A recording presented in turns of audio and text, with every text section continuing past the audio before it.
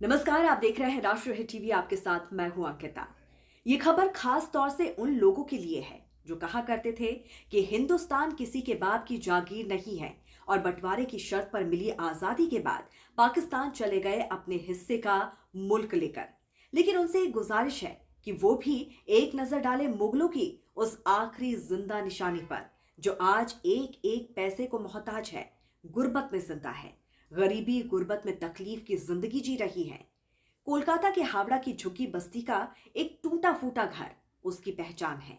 नाम सुल्ताना बेगम है, जो दिल्ली की शान लाल किला पर अपना मालिकाना हक का दावा करती हैं।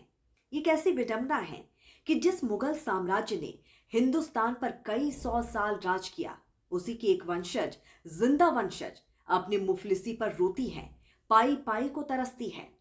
सुल्ताना बेगम अपने शौहर की पेंशन पर गुजारा करने को मजबूर हैं। वो अपने बच्चों के साथ, उन बच्चों के साथ जो फख्र से कहते हैं कि उनके दादा परदादा हुमायूं, बाबर, अकबर, औरंगजेब और बहादुर शाह जफर होते थे, वो भी कोलकाता की झुग्गी बस्ती में जिंदगी काट रहे हैं। आज मुल्क में मुगलों के दौर के बनवाए कई मशहूर और पुराने मकबरे और स्मारक मौजूद हैं, जिन्हें देखने के लिए लोग दूर दूर से आते हैं। मुगल कालीन इमारतें एक बेहतरीन वास्तुकला और शिल्पकला कलाओं का नमूना है। उन्हीं इमारतों में लाल किला भी शुमार करता है। लेकिन अब मुगल वंशज की सुल्ताना बेगम ने केंद्र सरकार से लाल किला वापस मांगा है। उनका कहना है कि लाल किला उनके पूर्वजों की संपत्ति है, जो उन्हें वापस मिलनी चाहिए। जाहिर तौर पर लाल किले पर दावा ठोकने वाली सुल्ताना बेगम कोई ऐसी वैसी खानदान की नहीं है। वो मुगलों के आखिरी वंशज बहादुर शाह जफर के परपोते की पत्नी है। दरअसल भारत में मुगल साम्राज्य का दौर लगभग सन 1526 से 1857 तक रहा। बाबर ने मुगल शासन की स्थापना पानीपत की पहली लड़ाई में इब्राहिम लोदी को हराकर की थी। इसके बाद हुमायूं, अकबर, जहांगीर, शाहजहां और तमाम बादशाहों के बाद अंतिम मुगल शासक बहादुर शाह जफर हुए। बहादुर शाह जफर का जन्म 24 अक्टूबर 1775 में हुआ था। इनके पिता का नाम अकबर शाह द्वितीय और माता का नाम लाल बाई था। जफर को 28 सितंबर 1837 में मुगल बादशाह बनाया गया था। 1857 की गदर में जफर ने अहम भूमिका निभाई थी। नतीजतन उन्हें अंग्रेजी हुकूमत ने गिरफ्तार कर लिया और बर्मा में रंगून की जेल भेज दिया गया था। जफर एक नामी शायर भी थे। उन्होंने अपनी मौत से पहले लिखा था कि कितनी बदनसीब रहा जफर तू दफन के लिए, 2 गज जमीन न मिली कूचाए यार में। ये तहरीरें उन्होंने लिखी थी कि जिस मुल्क में उनकी पीढ़ी के सैकड़ों साल गुजरे, उस मुल्क से दूर परदेश में एक जेल में उन्होंने अपनी जिंदगी के आखिरी दिन बिताए और मौत भी वही हुई, दफन भी वही हुए। भारत में कब्र की जगह न मिल सकी और यही बदनसीबी का सिलसिला उनकी पीढ़ी के साथ अब सुल्ताना बेगम के रूप में जारी है, जो कोलकाता के हावड़ा की तंग झुग्गी बस्ती में जीने को मजबूर हैं।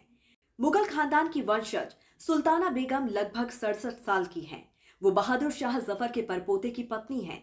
उनके पति का नाम प्रिंस मिर्जा मोहम्मद बेदार बख्त बहादुर था और कई साल पहले उनकी भी मौत हो गई। मीडिया रिपोर्ट में खुद सुल्ताना बेगम ये कहती देखी गई हैं कि वो जिस खानदान से ताल्लुक रखती हैं, उसकी वजह से वो किसी के सामने हाथ तक फैला नहीं सकती।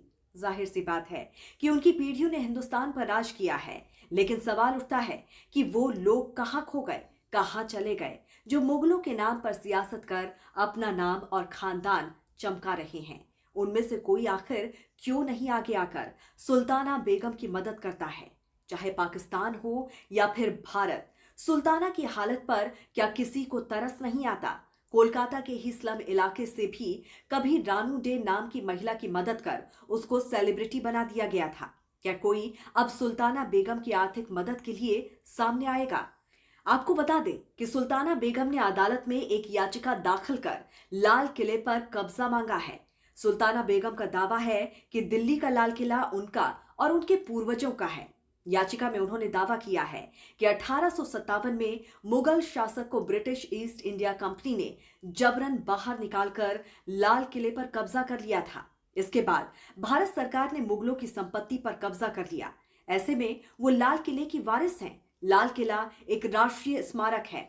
हर साल 15 अगस्त को देश के प्रधानमंत्री लाल किले की प्राचीर से तिरंगा फहराते हैं, देश को संबोधित करते हैं। इस लाल किले का निर्माण मुगल बादशाह शाहजहां ने कराया था। लाल किले का निर्माण साल 1648 में शुरू हुआ था और इसे बनने में उस वक्त 10 साल का समय लगा था। इस किले को तब किलाए मुबारक के रूप में जाना जाता था। बाद में इसका नाम लाल किला कर दिया गया था। अंतिम मुगल सम्राट बहादुर शाह जफर को ब्रिटिश हुकूमत ने 1857 के विद्रोह के लिए जिम्मेदार माना था और उन्हें लाल किले की दीवान ए खास में कैद कर दिया था। बाद में दोषी साबित होने पर उन्हें और उनकी पत्नी जीनत महल को रंगून की जेल में भेज दिया गया। अंग्रेजों ने जफर को आजीवन कारावास की सजा सुनाई थी। उन्हें म्यांमार निर्वासित कर दिया गया था। अब सुल्ताना बेगम उसी लाल किले की मांग केंद्र सरकार से कर रही हैं। तो इस पर आपकी क्या राय है, जरूर हमें बताइए कमेंट करके। जुड़े रहिए राष्ट्र हित टीवी के साथ। नमस्कार।